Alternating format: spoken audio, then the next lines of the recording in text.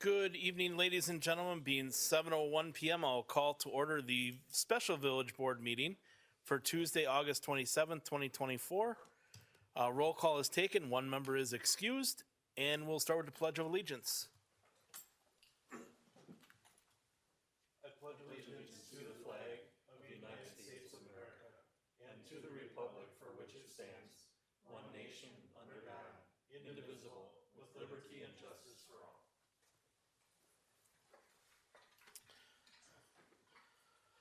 Item number 3 is any village citizens to comment on an agenda item. Anybody sign in? Guessing no. All right. Item number 4 on the agenda is Financial Management Plan Workshop number 1, Capital Project Financing and TID Review. We have Brian Raymer from Ellers with us tonight, and Ariana to support him. Welcome. Yeah.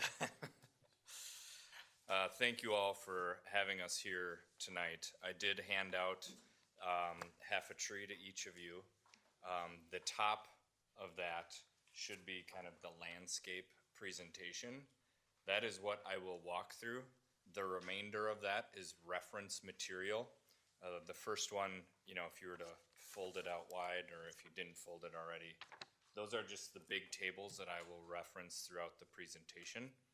And then the last 4 pieces are our annual reports just presented this evening to the Joint Review Board for each tax increment district, which we will kind of quickly highlight within the presentation. But if you have questions on individual districts and their projected performance, feel free to ask when we get to that point during the presentation. If you have questions on any of the tables and we'd like to open up the big version, we can do so as well. So feel free to interject as necessary. But without further ado, I'll kind of continue on to try to get through this as quickly as possible. So if we go to the first page, I do want to revisit a little bit of an introductory element as it relates to a financial management plan and what we're trying to accomplish. The main reason for this, it is the second year in which the village is completing this effort. In future years, we may be able to kind of skip over this part, but knowing that it's just kind of the second year, maybe reinvigorating the discussion here. So for tonight's goals, this is the first initial review as it relates to the capital improvement program. Primarily, we're not trying to react to numbers.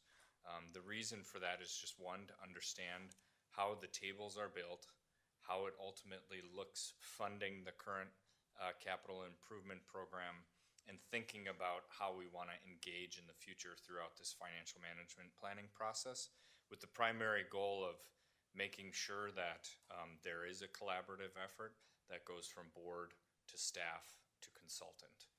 So again, we can certainly react to numbers. It's just to say this should be a general discussion as well as to how are we going about this process and what would be suitable to the board continuing to move it forward. In understanding the process, we'll kind of talk about why we do it. What's our role? And when I say our, I do not mean Ellers, I do mean the board. And then how do we get this done?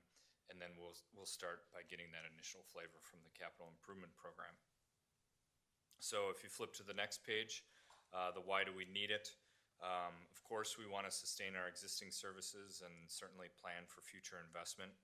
However, you have to operate within certain legal and financial framework, meaning you are subject to levy limits. You cannot levy as much as you would like or as little as you would like, as always.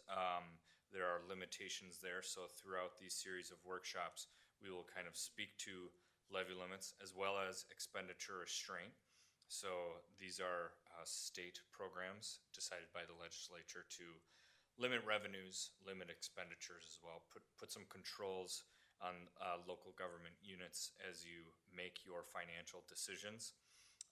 Looking at trying to balance a stable tax rate one of the elements in reviewing our first kind of internal workshop with department heads is, and we'll review this in more detail at a future workshop, is looking at future salary positions. So that would be kind of increased level of services, if you will, and how do we maintain a stable tax rate, as well as understanding some of our financing limitations that can relate to how much geo debt we can have outstanding and the statutory limitation there.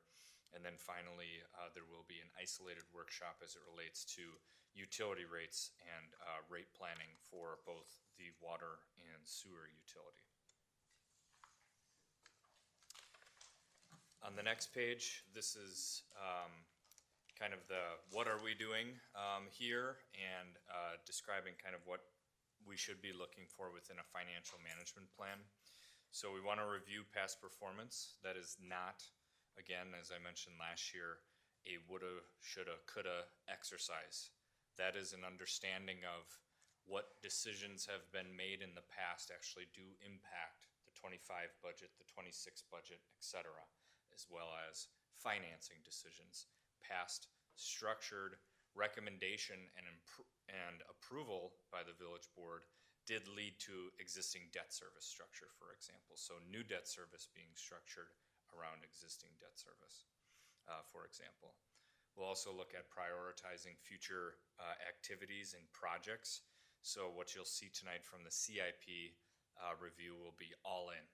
We asked the department heads to put together all of the projects and a timeline of when those projects would be included, and then built our initial plan off of that. So in terms of the only reaction to numbers that we'd be really looking for tonight would be, right, is there navigation to when? Is there navigation to projects at all? You can start with the numbers, but then also engage staff to ask what are the priority projects that need to get done. Do we need to assign a numerical value in terms of need or something else in terms of getting through to those prioritized future projects? Same goes for future activities. We just won't speak to it tonight. As I mentioned, the salary positions that we'll review in the operating presentation. And then again, develop kind of what if scenarios. So this would be when you do react in each of these workshops, be inclusive to say, can we look at it this way? You guys did a great job last year. If you don't remember, we engaged in a conversation as to how much to levy for the capital projects fund with the remaining levy that we had available, made some tax rate and tax bill decisions along the way that kind of guided that framework for staff to build a full, complete budget and a 5-year plan off of that. So we'd look to kind of continue that sort of conversation through these workshops. Ultimately, we'll provide obviously a financial roadmap that'll build an understanding and make that financing execution decisions much easier. So as to say, I do remember that we did want a 3% increase, to a tax bill, for example, from last year's decision, and then we'll look to build to see what this year's decision is and for the next 5 years. So making those execution decisions much easier by providing that roadmap. And then again, trying to get that interdepartment collaboration. So obviously we're dovetailing this off the budgeting process, which is we're diving into budget season here. So on the next slide, in terms of what is our role, and again, this is kind of board and staff, is we want to, through the FMP, make the budgeting process into a proactive and collaborative financial planning process. So that's not to say that you guys haven't done that in the past. It's just to say this is the goal of the financial management plan, is engagement by all parties, and making sure that we are evaluating the needs of each individual board member, each department head, and kind of building all of this into our financial management plan. Then on the next page, we'll kind of speak to how we're getting this done. We do want to build that background and look at your financial position. So both for capital planning and the operating sections, we will review some history to understand what we have to, work into the future, looking at, levy limits or geodeck capacity, et cetera. We want to define those operational and capital needs. So we will be provided information by staff. We will present results through these workshops to the board, and then we're looking for the board to provide direction through the series of workshops. There will be a fourth workshop in November, either on or prior to your budget adoption, in which we will be putting the finishing touches from all of those efforts. And then finally, refining the plan and building, any prioritization that we have for projects, seeing that roadmap, having a deliverable that you can have your constituents view. So if you did note, the 2023 FMP is online on your website, so they can kind of see, read through all of the engagement that happened and look at those final results. So on the next slide, to start jumping into the numbers. So this slide is labeled Understanding the Background, GeoDebt. So statutorily through the Wisconsin Constitution, each local government unit is limited to 5% of its total equalized value in outstanding general obligation debt. So to put those words into numbers, we provided the last couple of years, looking at 2019 through 2024. So in 2019, for example, the EV, which should actually say actual in truth here, but this is a table that extends beyond 24. The EV in 2019 was 732 million in change, as you see there. Therefore, your debt limit at that time when those values are released is 5% of that value. In that case, 2019, that would be 36.6 million. That is a debt limit, not a debt goal. Making sure that we understand that there's kind of a framework statutorily to operate in, and then later in the discussion we'll talk about kind of the goal element there. And then in terms of your actual existing debt outstanding, in the third column you'll see 17.9 million, for example, in 2019. Therefore you are at about 59% of your limit. And then you can kind of go down throughout the years to see where the village has been. One element that I'll note is, there's been some significant growth just from 2019 to 2024. We've almost doubled in value. Growth does come with some capital investment, of course, so you can see there as well that the principal outstanding has grown, but we have actually achieved something that is lower than the limitation that we were at back in 2019. So I think it's been, if you were to quantify that, through saying, are we doing growth the smart way and only isolating these years, we do see a lot of communities have to go above 50% to get a lot of projects done. So again, that's a compliment to the board and staff throughout that period of time, to just acknowledge that we haven't overextended ourselves looking at the general obligation debt outstanding. Another component of that would be an acknowledgement that historically, outside of EIF loan funding for the utilities have done funding through general obligation debt, but we kind of did step away from that practice in 2023, issuing revenue bonds for the utilities for projects that weren't on, the state funding list through the Department of Natural Resources. So again, being able to segregate that sort of debt issuance as well has led to some of that result.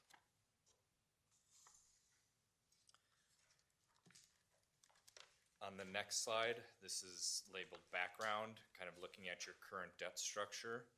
This is going to be an important element to understand as it relates to, well, why didn't we structure in more when we look at the future planning efforts, why didn't we structure in more principles sooner? And the whole goal of this is to make sure that as much as possible, we have level debt service levy. We cannot always control what our future valuations will be. So communities that chase, a debt service tax rate beyond the current year can start to do quite the roller coaster if valuations don't come in as projected, right? If you're at a level debt service levy or even just slightly increasing, you can presume that as valuations rise, you'll hit your tax rate goals. So we do like to focus on levy first. In the instances where we do have a year of a tax increment district closing, we would find it suitable to, as we get closer to the financing execution, maybe we can pinpoint tax rate. But again, you want all data points available to you at that time. So the one thing that I'll mention here is we look through this chart, it works chronologically top to bottom. Left to right, how it works is your total general obligation debt payments. So these are leviable payments, if you will. The GO debt expense, this is when you're in the open bond market, you are subject to continuing disclosure, and you can appropriate levy funds for that expense. You add those two together and then subtract out any other sources of revenue that are paying in to those general obligation debt obligations. So you may see the EMS service paying portion of debt, TID 6 and TID 7. So you want to subtract those out, right? Because there's a different revenue source paying for that to get to your net tax levy. So this is the middle column of this chart. And this is where I say we want to try as much as possible keeping this as level as possible throughout time. Of course, new money, new problems, right? We got projects coming on. You cannot structure out all debt service payments, but understand that's generally the methodology there. So if we just look change from prior year debt levy there, we do have an increase from 24 to 25 already built in. If we recall, part of that is the community center issuance that happened earlier in 2024 and the new interest payment on that new debt. The one thing that this chart does not identify currently is the decision that was made at the time of that financing execution that the funds received from the TID 4 that will be applied to the capital projects fund initially were then decided to be annual applications to the debt service fund to help level out this debt service levy. I didn't include it so you could just see the bare bones. So understand. The other element is if remember the recommendation, too many R words, that what we were looking for at that time was not to say we're adopting a resolution that's going to be this exact dollar amount for this appropriation as we move in for the next couple of years to decide these funds. This should be kind of done as you're going through the budget process because you'll have other data points as it relates to the assessment values and deciding where you do want to land with tax rate and total debt service levy at the end of the day. So we have a plan for those to be implemented to level this out. The execution of that plan will be an annual process. So that'll be shown later. Didn't want to show it now so you could just kind of see it bare bones. The next couple of columns take the equalized value, TID out, and then the tax rate per thousand on that equalized value TID out.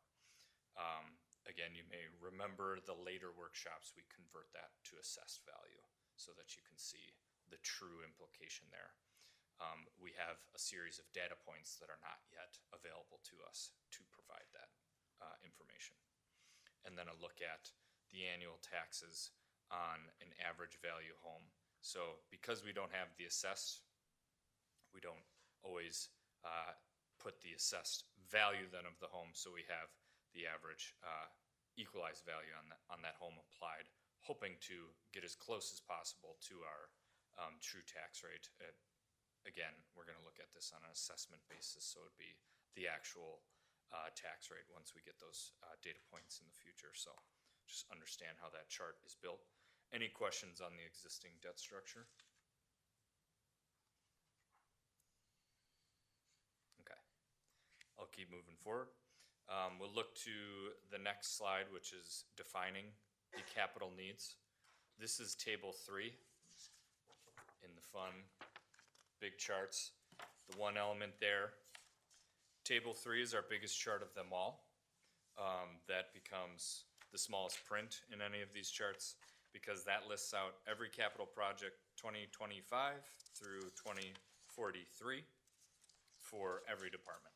So the one element that is not in there would be the final phases for the wastewater treatment plant. The one element that I'll say there is that'll be the state-funded program through the DNR incorporated into the sewer rate analysis for the utilities workshop. So the other utility cost components are in there, though. We will incorporate that into the full plan as we did last year. It was just kind of the same cadence of adding that project in as we evaluated where the state program kind of resides in its funding to ensure that it's safe to put that in that bucket, if you will. So I did try to simplify it on the presentation, kind of going back to the presentation and saying kind of by department or purpose, which were, you know, this is something that we have staff generate, and then we kind of regurgitate onto this. If there are any other ways that, you know, it would be desired for the board to see this, that you feel would be helpful, just feel free. We can, you know, slice this 9 different ways, show pie charts, show percentages, whatever. I thought suitable for our first go here to just kind of isolate it based off of how we were provided this information. And then it's a breakdown of total project costs through 2043 by those purposes. So that maybe helps simplify table 3, but it wouldn't give you the definable years, which you would find on table 3. So if you were to say, you know, what's the 15 million for street improvements, you'd have to go to table 3 and kind of look up the street improvements as labeled and, you know, find those projects. So any questions or maybe other ways anybody would like to see that in terms of trying to simplify a very robust list of projects? Okay.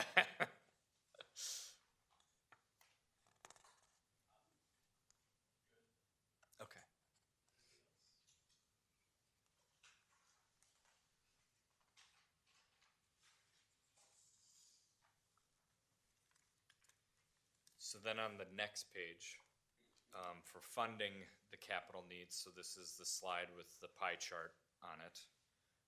Again, this is information contained within table 3 that we're trying to condense and simplify. So we're just showing, you know, you saw the total amount of projects, so spend, how are we funding this, is answered on this slide. So this is total 25 through 2043, just initial go as to how it's funded. One element that I would add is when we go through the operating section of the financial management plan, we would have another data point to decide how much cash would we actually have available, at least for the next 5 years. Can we increase that cash amount? The other element that I would focus on here as well is if there are you know, decisions to be made in terms of, you know, we don't like the amount of debt taken out, for example, I would certainly focus on the near term, right? Understanding that the farther we go out, the project costs may change. If we do have a large ticket item out in the future, certainly warranted to discuss, and all projects, of course, are on the table. The point being is for getting to the execution part, right, 25 is going to be paramount. If we feel, or I should say, if the board feels that 2025 has, you know, too much debt taken out for projects, that's going to be the immediate ticket items that we do need to discuss and change. As it relates beyond that point, it would be, you know, making sure that, is it more suitable, kind of big picture, maybe going 30,000 foot view on how much debt limit, you know, where would we like to be in terms of our debt limit and that percentage that we just talked about. Jen? To to tie in another direction given to staff at the most recent village board meeting. It should be noted that the existing draft plan and subsequently the draft amount of debt Brian will walk us through for next year, in terms of road projects, it does capture capacity and intention to address the deferred project from this year into next of Chestnut Court to Ridgeway and portions of Ridgeway to Willow Ridge, if I'm not mistaken, Brian. That was something the board asked us to come forward with a funding plan today's date, and that component is a small part of this big piece, just to get that on the record for you all tonight. Okay. If there's no questions, I can continue. The next slide is the impact of the capital improvement program on debt levy and therefore, debt service taxes. So this is table 5. If you wanted to see the big version, I tried to condense it for the presentation purposes as to the initial impact and resulting total cost to a sample taxpayer here. So again, our goal is to structure around new debt. We have not implemented any sort of unique financing mechanism for this first go around. What I mean by that is capitalizing interest or having some sort of gap financing where we're just deferring payments altogether. We've kind of taken run-of-the-mill 20-year notes, as we described during the last borrowing process. Now everything is notes instead of bonds, with the change in law in April. But doing 20-year notes and then structuring those notes within your existing debt service. Of course, deferred payments or capitalized interest is just adding future costs to the village. Just trying to structure that in through that mechanism. It is certainly something that we could explore. Our recommendation there would be to do it at the time of the initial financing plan at each borrow, however. Because again, we cannot predict the interest rates that'll be out there 6 months from now and beyond that. If we could, I would be on an island somewhere. But it's suitable to understand. We hear grumblings that Fed is cutting tax rate or cutting rates. Maybe that yields well beyond just treasuries. That hits the munis and everything works out exactly how we think it's going to. The one element that I'll say there again is this is not to set forth exactly every penny of what's going to happen. This is to design a plan to investigate how much of this level of project costs impacts our users at this point, and then building, is too much? Do we need more projects due to other unknowns? Hey, I didn't see this project in there. We need to add that in, or we need to move some projects back. We would like to build this slower. Again, I would just stress trying to focus on the nearer term elements for the capital improvement program. So that said, this total impact for the first run, and again, there's going through the future workshops, we may be applying more cash, we could be moving projects, things like that. So all other things being equal, this first run funding, the 55.7 million, the total cost over from 25 through 2053, right? There's future debt issuances that would extend down to 2053. That total impact over that about 30-year span is $4,401.44. If you're curious as to what that impact was this time last year when we investigated this same slide, it was $5,907.96. So the element that I would just describe there is some more spread out projects. One of the initial impacts was the 2024 borrow there, which is now part of the existing debt, right, that we're not changing unless interest rates go down.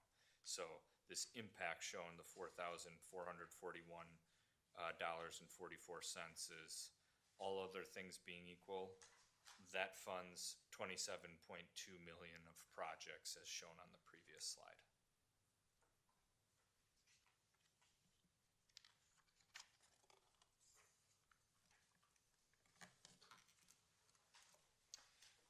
So then on the next slide, which is the impact of the CIP on geo debt capacity.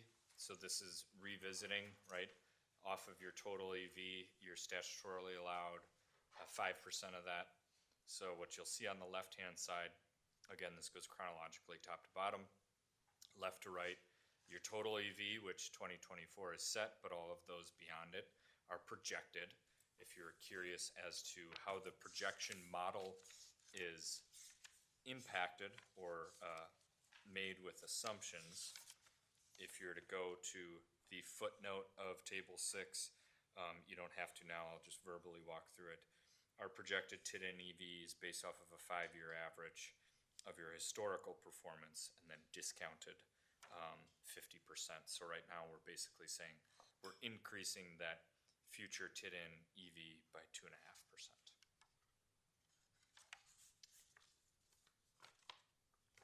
The other element that I'll add there, this goes for both slides, probably should have mentioned it first on the last slide. None of the TID closures have been incorporated either. I didn't want that to messy the waters, similar to my discussion on the Capital Projects Fund being applied to the existing debt, just to kind of see how this impacts at flatline. And then when we're bringing this back, we can add in, for example, TID 4 closing in 25, that'll hit the 1/126 values, things like that. We can add that in. All that will do is help the analysis in terms of it builds your tax base, so the tax rates go down. It doesn't change your debt payments, though. We can change the structure to kind of meet a similar scenario in terms of what's been presented, but at the end of the day, right, it's not going to change the project costs. So I would just kind of want to add that. The other element it would help, of course, is looking at that value being boosted back in as it relates to the TID out factor. That helps your payments.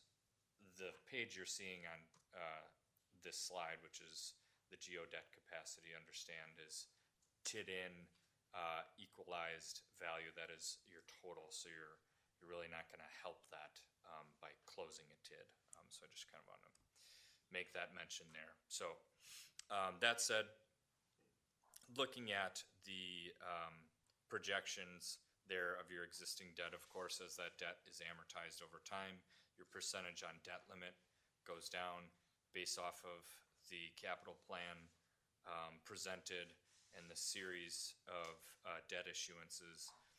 The combined and adding in those new debts, combined and existing column, the first one in orange, and you can see the percentage against the statutory limit, and then in the second last two columns against the recommended limit, that we've kind of discussed within your own policies, within the Moody's discussions in last year's FMP, that basically setting the standard, we're not going to go above half of our statutory limit. So the village does not reach or go above, I should say, that statutory or that recommended limit. You get closest to it in 2027, and then throughout the 2043 funding of projects, you're actually able to continue to go down, meaning you're funding at a level lower than you're adding in equalized value.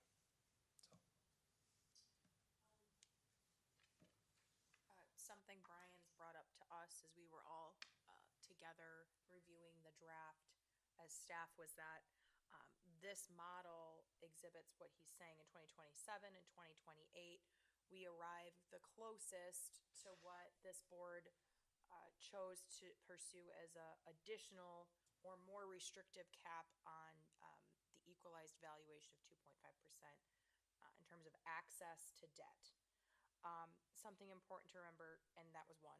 You set that policy with us last year, and we're showing that that's important to incorporating in version 2 of the plan. But secondly, that we are the closest to our own self-imposed limit those years. As we get closer to those years and what we experienced in sort of project cost expectations this year is if projects do continue to increase in costs, that percentage may become all the more close to 100% of our self-imposed value. It's just something we'll need to keep our eyes on. It's nothing to be taking action on tonight in terms of cutting or deferring projects. It would lead to a prioritization exercise in those years. And then to build off that, thank you, Jen, for making that point, is the residual capacity would give you kind of what's our margin, right? We have 3 million, before we get to that limit, whether that's suitable to each individual here, is something we can certainly discuss. I'm just describing what the table shows you as 91% probably means less than the 3 million number, kind of what's our margin there is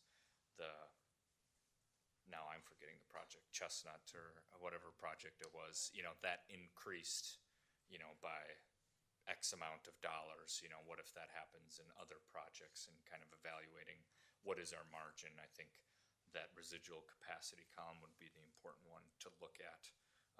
And then as well, if you have opinions on the matter in terms of moving projects for the future workshops or other committee meetings, or any of the future touch points, it would be right, your navigation within could be found on this slide as well, in terms of, we do have more capacity in year X. Can we move this project to that year? And then speaking to, the department heads about that, or, what's going on? Why is it so high this year? Things like that. Those are just some of the conversation starters as a result of looking at the table. On the next slide, we're looking again to understand the background, and what the important part here is looking at optics, understanding that it is not only the opinions of those inside the room here tonight that matter. You are rated by Moody's. What they do is provide the creditworthiness of the village in order to say the village is, X percent or X amount more creditworthy than its peers, or less creditworthy, and therefore you get resulting lower interest rates as a part of that. So it is important to keep track of each time they have a touch point with you, what their resulting communications are, which I would say, and I talked to their lead person there in New York to say finally, but their 2024 reports are much more detailed than prior years. I do suggest you go back to the June 5th credit opinion, which we have on file. The village presumably certainly has on file as well. Otherwise, it is public knowledge on their website as well. But the most important elements there is they release, the factors that could lead to an upgrade and the factors that could lead to a downgrade. If you were to compare this from our presentation last year, it was kind of like a build fund balance and grow tax base. We're like, thanks for the message, guys. We got that. But here you can see they're a little bit more specific. So in looking at, a fund balance ratio that consistently exceeds 45% of revenue, we have now something we can implement into this plan, add in terms of context as to how we derive our planning methodology for the future. This is something that we, I would say, pretty much arrived at anyway, so this one does not seem too challenging in my mind, but this will be something that I did want to kind of mention, because we'll be speaking to quite heavily as it relates to the operating side. You can understand that's a direct kind of building your future budgets. The next one is, a moderation of long-term liabilities, nearing 200% of revenue. So trying to make sure that as we do think about taking out debt or adding any sort of debt instrument, that we are careful to do that in a more leveled manner, if you will. So this is something as well that we'll build into when we have the of revenue part, right, from the operating section. So to say, what are our liabilities, and just project out this ratio to kind of make sure that we're still in line with what they want to look at. And then the factors that could lead to a downgrade, they talk about significant economic and tax-based contraction, along with weakening resident incomes.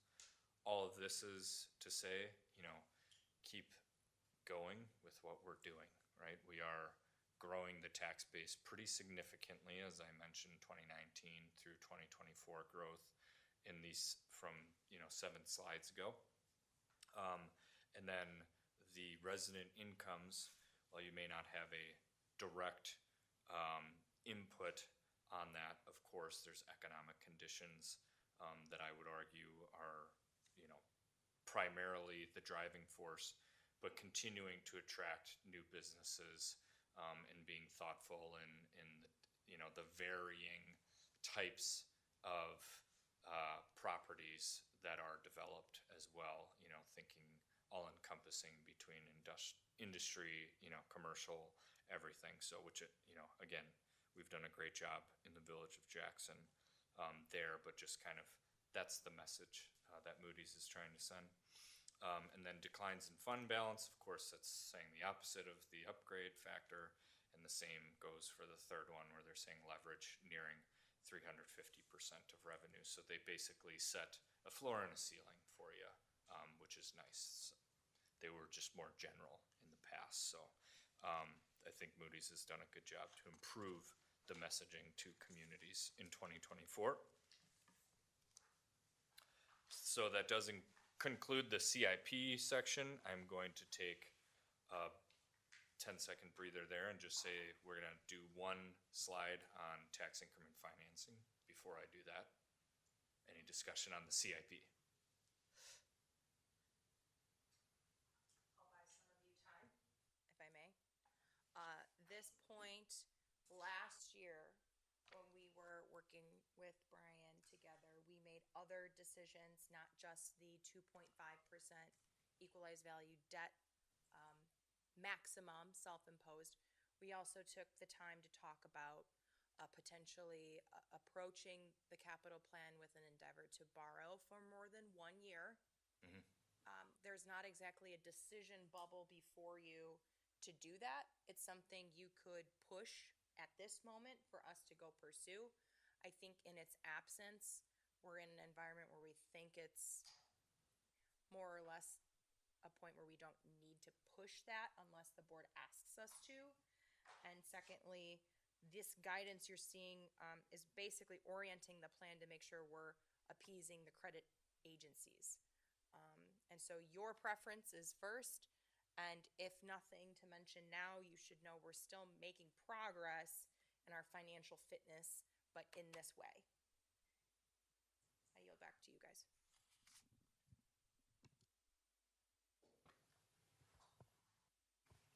Anybody have any questions?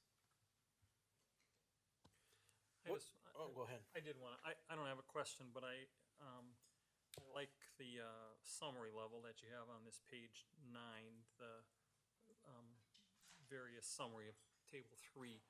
Is it possible to put that same summary, let's say, on the bottom of table 3, so that on an ongoing basis, we'd be able to see which projects are, I mean, you have the GoDebt and all that kind of thing on there, but which projects are falling a little bit more in a summary level rather than just Are you having saying on the big table 3 to have it summarized there? Yeah. Certainly. Yep. at the bottom of that? I think this is, from my standpoint, anyhow, is valuable. It would also be valuable for me to see it on a year-by-year basis. Yeah. See where we're putting investments. That is a simple formula in Excel for me to do. I can certainly do that. Thank you for that input. And then I have one other question on the table 3 on the projects, and the capital needs and things like that, how often are those, dollars updated for current costs or whatever? Are they updated every time we update the chart? I would yield to the staff. Yep, I can confirm they're annually revised. The numbers that are the soonest in the schedule are the most accurate. The ones further out in the schedule are simply estimates. At this time, we intend to, if it's approved in the budget, continue this practice of an update to the FMP, which keeps our numbers sharp. The farther away we get from the last time we updated, the fuzzier or bigger estimates those numbers become. Does that answer your question, Ray? Thank you.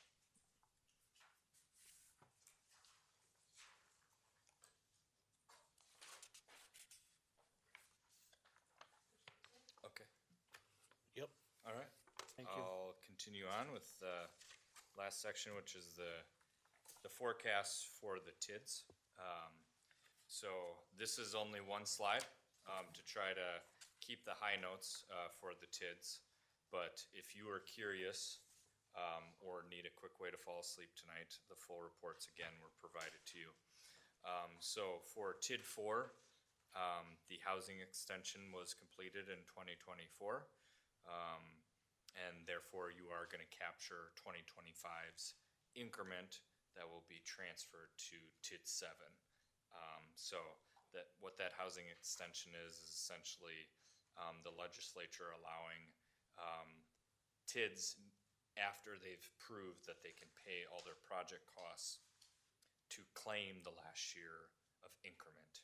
So in my mind, it's really not an extension. It's just kind of, we have a suitable use of most likely a well-performing TID for those funds. And so we're going to take the last year of that increment revenue, continue this momentum, and use it for something in the future. So that dollar amount's about $766,000, and you can find that in the tables for TID number 4. And then also TID number 4 will be reimbursing the Capital Projects Fund in 2024. That dollar amount is 1.3 million in change. It owed a liability from its prior earlier life. It paid about $800,000 in 23 TID 4 to the Capital Projects Fund, that is, and is paying the final amount in 24 of 1.3 to the Capital Projects Fund.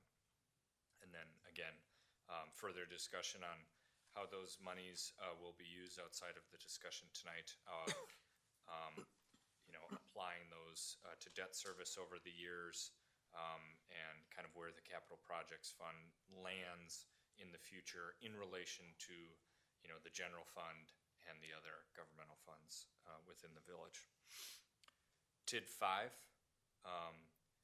essentially acts, it's an industrial district for Cary Industries that has kind of a pay-go arrangement or pay-as-you-go arrangement, wherein the annual increments are then paid to the developer and the county for the work completed in the development agreement as slated at the start of its life. So it's kind of a cash-in, cash-out exercise until we meet those limitation thresholds. It essentially was always planned to go out to its max life. It's still planned to do so. TID 6 is pretty similar. Another industrial district, kind of has an originating development agreement outstanding and debt tied to it. One element here is we found the original development agreement math does not equal the current economic math within the district, meaning the development agreement was assigned as a percentage of over assessed value based off of the agreed upon minimum value from the origination of that development agreement. Knowing that tax increment financing is built off of equalized value and an interim tax rate, that math is not always one-to-one. Usually it far outperformed that. We're just finding ourselves in a situation where that is non-existent. So I would just note future decisions to be made there as we are rediscussing that formula as part of renegotiating that development agreement to make sure the math aligns and how to make sure that those payments happen based off of both parties' expectations at the start and then now. So you may remember we issued debt in 2023 to prepay some of that payment as the writing was on the wall that this was going to happen. We want to try to avoid to continue to issue debt for this, but there might be a mix of debt and renegotiating that payment structure. So way more to come on TID 6, but again, it's kind of a in and out transaction similar to 5. So you're going to have kind of that in and out go towards its max life or near max life. TID 7 is still in its early stages, kind of a little bit tax rate dependent. The housing, affordable housing dollars from 4 will certainly help the continued development. The strong things going on within that district certainly will help. You know, we have construction out the window. You know, it's just in its early life. As that TID matures, as you'll see in the cash flow within that district's report, it meets all of its obligations before its max life. So it's just still in its early youthful life, and as that development happens, only good news will happen. So just ensuring that, you know, the project costs do not exceed, you know, any future project costs considered do not exceed projected increment revenues. Any questions on the TIDs, or anybody want to dive a little deeper on them?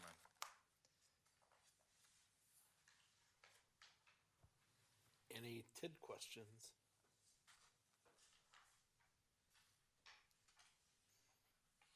Guess not. Thank you. So then what's next? Just to speak to the future workshops, we'll be doing a workshop on operations. This will look at, the 2025 budget and forecast of operations beyond the 2025 budget. That is to say, you know, we generally follow a trend line in those forecasts of operations based off of your historical experience of categorized expenses like salaries, like commodities, and insurance. You know, we categorize the expenses and do generally a linear forecast outside of any new initiatives. So that could be the new wage positions or something of the like, to be added to not only just saying it's a flatline linear forecast, but there are certain events that create new expenditures as well. So that'll be part of the operations. We'll tie in this capital plan and revisit it. You know, that would be a time too, if you, as you've consumed this information tonight, think about it into the future, have other committee meetings on it potentially, whatever the cadence is. You know, that would be another time to revisit the capital. And we can certainly do so in depth, or, you know, split the workshop if necessary. You guys just kind of let us know there. We'll be looking then at total levy projections, right? We're only really looking at the debt service levy tonight, and it's really not on an assessment basis. We build off of this, start to incorporate the assessment valuations as we add in the operations as well, and we get our total levy projections. I think the most valued chart last year that we reviewed several times is looking at our levy need against our levy limit, understanding, are we going over our levy limit? If we are, how do we make sure we fill our levy needs? Or what are the movable objects within the levy needs? And then finally, and most importantly, what's that impact to a tax bill? And that's kind of how we arrived at that 3% discussion for the 2024 budget. The big elephant that's not yet in the room will be the impact of the revaluation and looking at how that impacts tax bills. So I think that'll be a big discussion for the operations section. The point being is that'll be for next time. So we'll talk about it next time there. And then finally, building off of the financial optics, which was on a previous slide, as it relates to the Moody's elements that I discussed earlier, kind of the ceiling and the floor, right, of upgrade and downgrade. There will be a utilities workshop, which will be a 10-year long-range cash flow analysis for the utilities and a 10-year rate recommendation for the utilities with a bill impact, a total bill impact for, you know, a user of those utilities on a 10-year basis in order to fund the existing and proposed financial obligations of those utilities. And our Water One follows the methodology of the PSC math as we reviewed last year. And then the final workshop again with the goal of trying to put in any output that was provided within the workshops, button up any of these initiatives and give a final kind of tax bill impact with the state assessments that give us our final assessment number in early November. Gotta love it that we get that at the final hour, but it's just the rules in which we operate. So that'll be the one that when you set your budget, you'll know what that tax bill impact will be that night. So. One more comment, if I may. The portion Brian's referenced in operations where there's a singular bullet and subsections, this board does next convene to review what we have most readily available at the September 24th special board meeting to occur immediately following the Board of Public Works. Right now, we have preparations to notice that meeting for a 7 p.m., just like tonight. I wouldn't really recommend moving it up time-wise because I do know that evening the Board of Public Works will potentially be looking at a budgetary review. And so if the board finds that suitable and helpful to know, that is our next time as of right now to reconvene a workshop is September 24th at 7. Thank you. Any other questions for Brian? Some big numbers, but thank you for breaking them down. Yeah, thank you for having us tonight.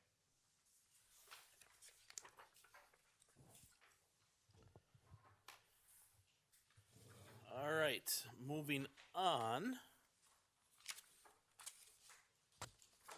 Item number 5 on the agenda is approval of licenses for the licensing period through June 30th, 2025. Item number 5A is the liquor license for Class A fermented malt beverages and Class A intoxicating liquors for Jackson Elahi LLC, DBA Highway Mart, N168 W22224 Main Street, registered agent Mandeep Dran. Looking for a motion to approve.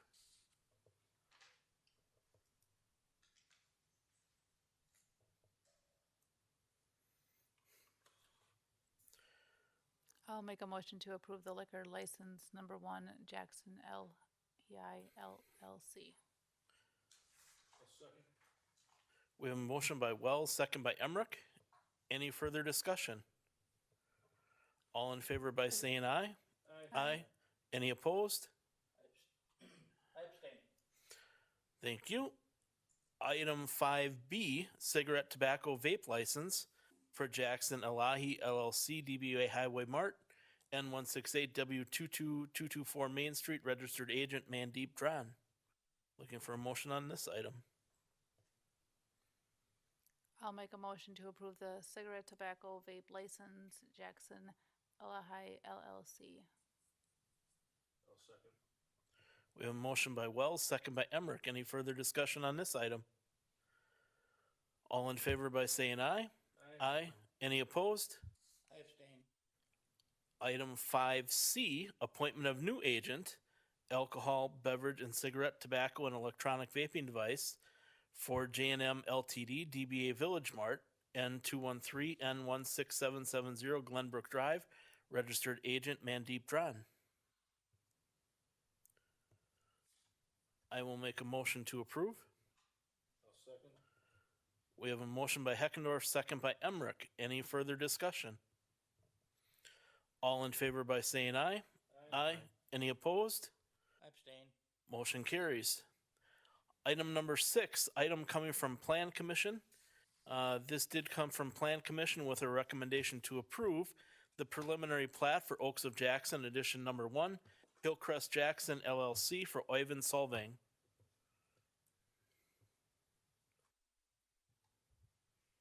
I'll make a motion to approve the preliminary plat, Oaks of Jackson, issue number 1 for Hillcrest, Jackson LLC, or I want to wreck his last name. Or any staff comments that are on it. Second. We have a motion by Emmerich, second by Kripke. Any further discussion? All in favor by saying aye. Aye. Any opposed? Motion carries. Item number 7, Personnel Committee. This did come from Personnel Committee with a recommendation approved. The side letter agreement with the Jackson Professional Police Association for the detective position.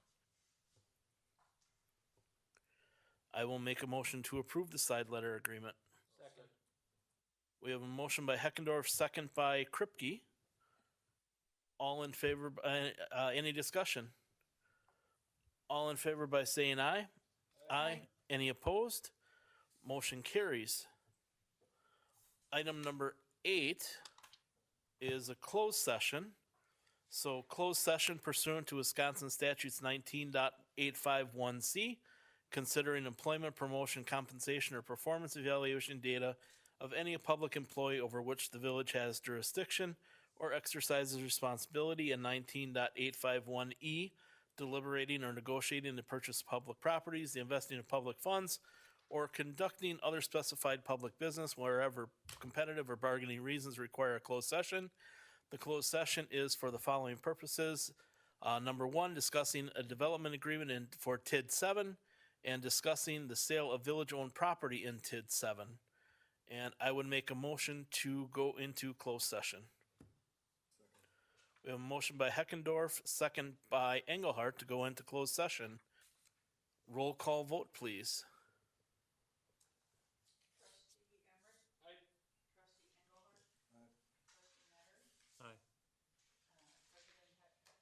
Aye. Aye. Aye. Motion passes. We are in closed session.